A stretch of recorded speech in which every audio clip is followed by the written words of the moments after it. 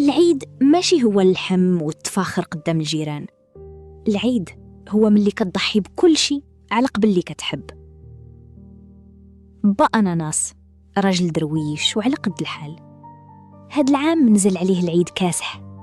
منى بنانة مريضة بزاف والدواء غالي. وقف في السوق والدمعة حابسة في عينيه. شاف الفلوس اللي في جيبو وعرف باللي عنده خيار واحد: يا حولي العيد ويفرح ولده، يا الدواء وينقذ شريكة حياته. حط قاع الرزق فوق طبلة الصيدلية ورجع للدار بيديه خاوية، ولكن بقلب عامر رضا. ولدو بنانيتو الصغير وخا شاف قاع الدراري د الحومة فرحانين مسح دمعته وقال لوالدو: أنا أمي هي عيدي يابا.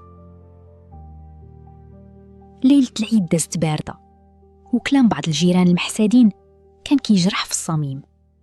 أويلي هادوك ما غاديش يعيدوا هاد العام. ولكن ربي كبير وما كيبخسش النية الصافية. صباح العيد وبلا سابق انذار دق باب الدار. ملي حل بنانيتو لقى حولي بقرونو ومعاه رسالة: هذا رزق من عند الله للعبد الصابر.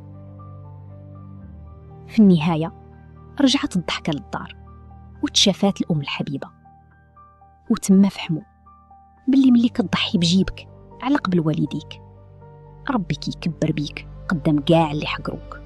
انتي ولا انت إلا عجبك المحتوى ديالنا راك عارف شنو دير بلا ما نوصيوك. شكرا حيت بقيتي لآخر الفيديو.